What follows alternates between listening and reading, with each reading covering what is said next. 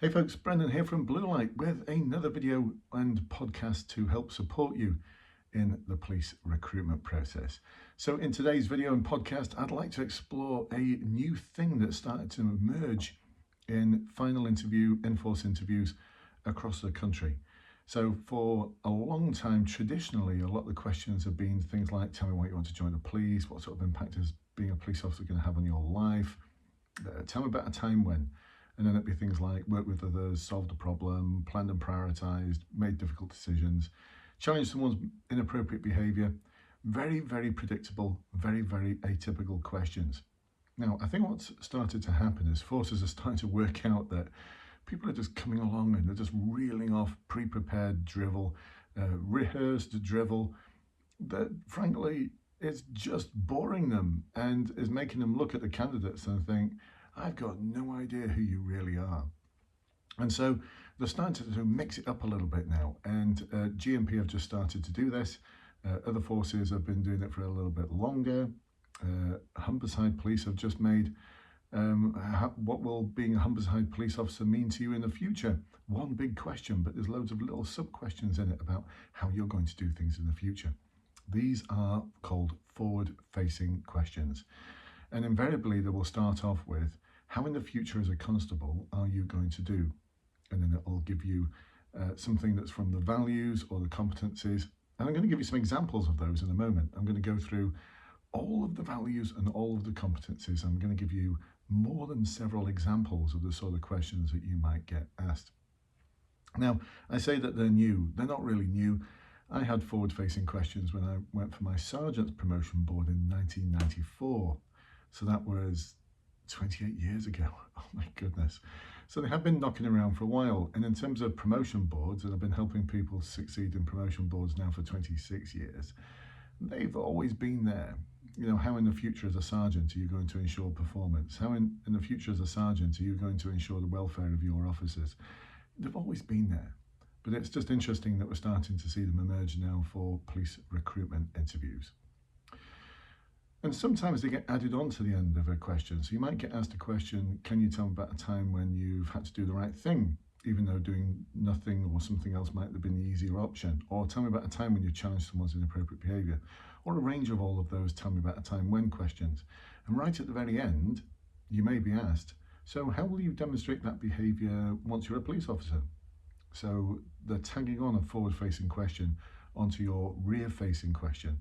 And that's why for my clients, I support them in getting ahead of that game in the use of the SALCU model to answer interview questions. The KU at the very end stands for knowledge and understanding, and that's where you demonstrate your knowledge of that particular behaviour, why it's so important, and how you're going to introduce it in the future as a police officer.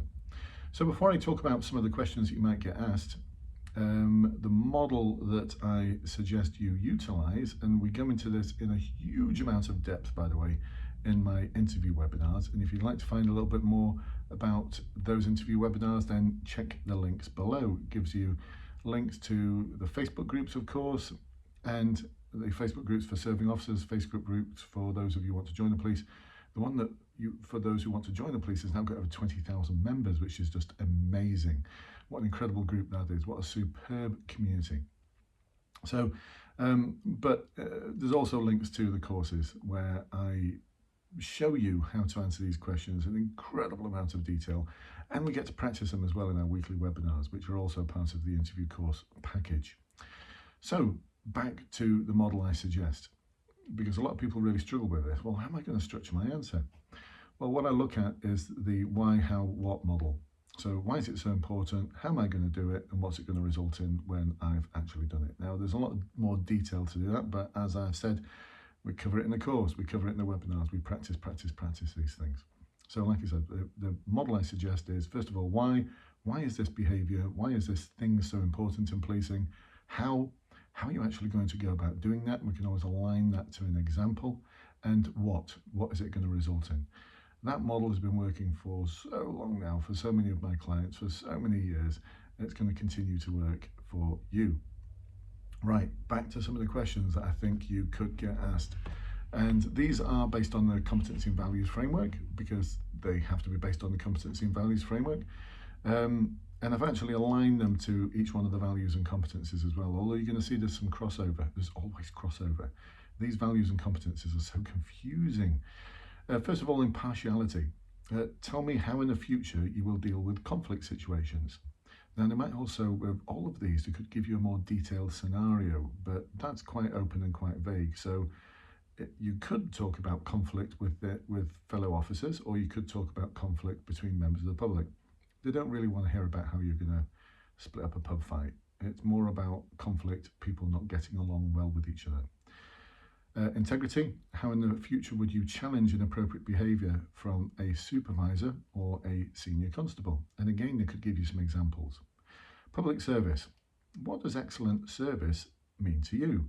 How will you deliver it? And how will you know that you've delivered it? That's a good question.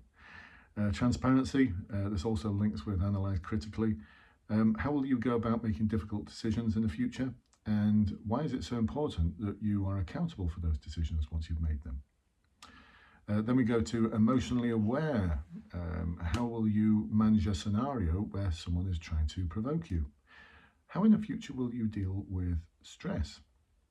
Why is diversity, equality and inclusion so important? And what will you do to ensure that diversity, equality and inclusion is valued within the service? How will you go about understanding the needs and concerns of others, especially those who do not trust the police or have very little confidence in the police? We take ownership. They might give you a problem scenario here, and they'll ask you, how would you manage that scenario?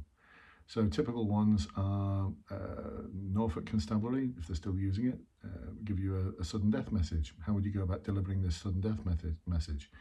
Durham Constabulary in the past have used domestic violence incidents, homelessness, and they switch it around a lot. Durham Police have a good way of doing this, so they don't have the same questions all the time. They have different scenarios, so they change them every month, I think.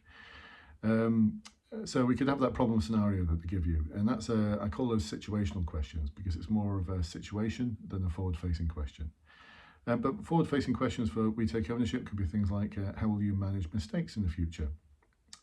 How will you know when you've done something wrong, and if you have done something wrong, what would you do about it? We are collaborative. How in the future will you work with other agencies to solve problems? Well, it could also give you how in the future will you work with communities to solve problems. That's a Cheshire Constabulary question, or at least it was. And it could give you a scenario here to build upon. I think it's Difford Powers Police. No, it's not. It's one of the South Wales Police. It might be Gwent or South Wales. Give you a question about the LGBT community. How would you improve relationships with the LGBT community? How would you deal with people who have ideas which aren't in line with yours? How would you deal with people who have opposing values to yours? Deliver, support and inspire. How will you keep up to date with changes that take place within the police service? And how will you go about being a role model to others? And that could also be preceded with, what does being a role model mean to you? And then followed with, how will you be a role model to others? Analyse critically, why is problem solving so important? How would you go about solving problems in the future as a police officer? And it could also give you a scenario. And then lastly, we get to innovative and open-minded. How will you go about supporting others, your colleagues who might be struggling with something? How will you ensure that you're adaptable to change? Or how will you go about managing change? So there you go, folks. A variety of forward-facing questions for you to think on. We talk about these a lot in the webinars. I've already given you in the interview course more than several videos where I talk about the answers, how you can frame the answers to those questions. You've got to do the hard work, remember. All I'm going to do is I'm going to show you the way. It's really interesting development. I think that they're trying to get more to the heart of who you are. So well done those forces who are mixing things up a little bit. It shouldn't be that easy to get into the police. And for those of you who've got the online assessment centre coming along, this is not for you. You're not going to get us forward-facing questions in the online assessment centre. Those are very standardised, very tick box questions in the interview for the online assessment centre. You'll find the guidance for that in the links below as well. All right, folks, hope you enjoyed that. Please do comment or ask any questions. If you love this, then click that like button or subscribe button or wherever it might be, whether it's Facebook or LinkedIn or Twitter or YouTube. And if you've got any questions, please do drop me a line. I always do my best to get in touch with you and answer those questions for you. And I look forward to catching up with you on one of the webinars in the future. Bye-bye for now.